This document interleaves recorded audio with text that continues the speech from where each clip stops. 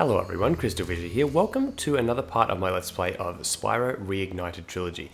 This is part, well, we got Artisans, we've done Artisans, Town Square, Stone Hill, Dark Hollow. This is part 5 of my Let's Play of the game.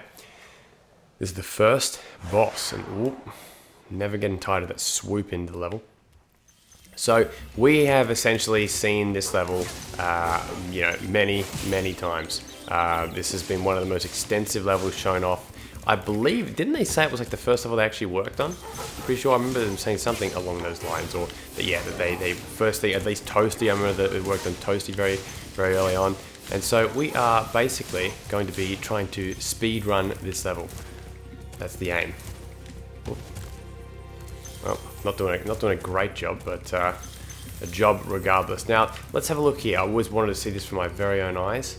All the different, like, is that's water there? It almost looks like we're up in the sky. Yeah, that's cool. Look at that. Got all the islands over there as well.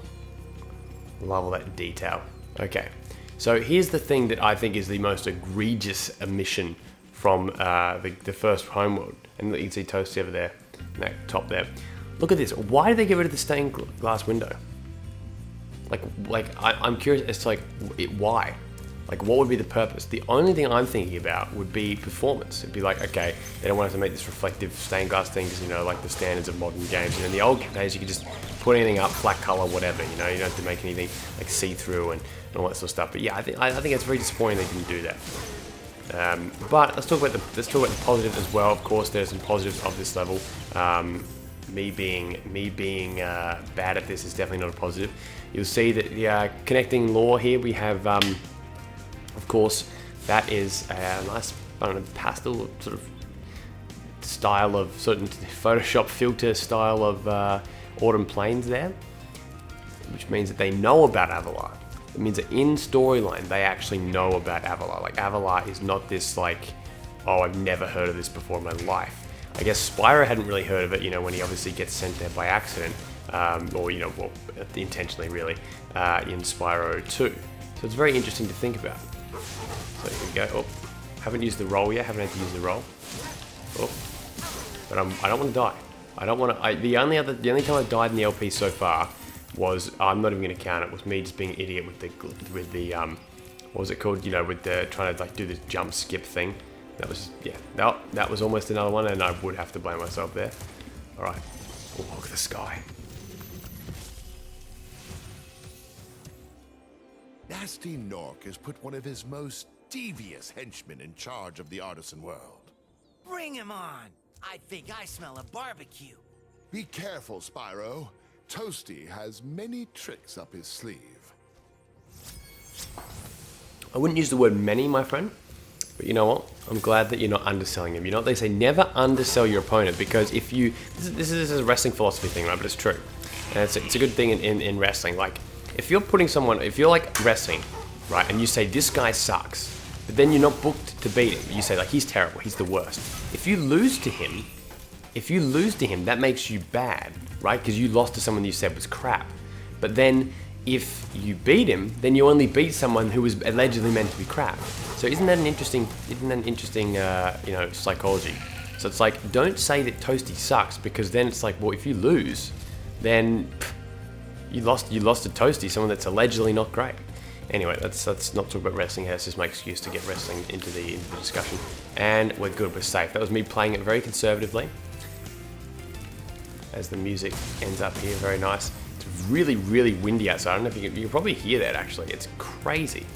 Alright, so that is every gem except for 2.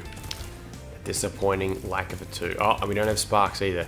So this is where the struggle gets very interesting. The thing is, and this is what some people have talked about as well, obviously the grass being very green and stuff like that, you've got this sort of situation where it sort of blends into the grass a lot. There isn't any... Oh, there we go. See, luckily the sparkle is what saves it. I feel like that... There you go. They didn't quite get the charge jump thing right. Like, there's something about it is sort of a little bit more off, but it's still overall pretty good. Anyway, we're going to get to the end of the level officially through the exit portal. We're going to be that type of person as we beautifully look at that skybox and disappointingly look over one last time at the lack of the stained glass window. Why did I say plain glass? Did I say plain glass, stained glass? Yeah, stained glass window. Not quite as beautiful as the stained glass window thing in Kobe, where Dragon Gate have a lot of their shows, but yeah, look it up, seriously. Alright.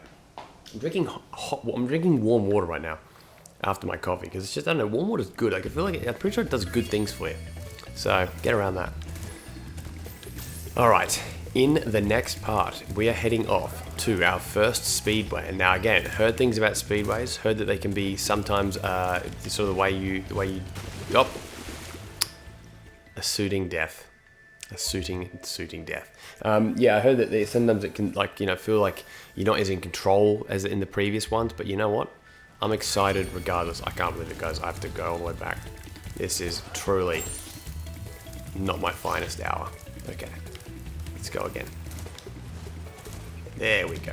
Sunny Flight. Thank you for watching, and I will see you in Sunny Flight.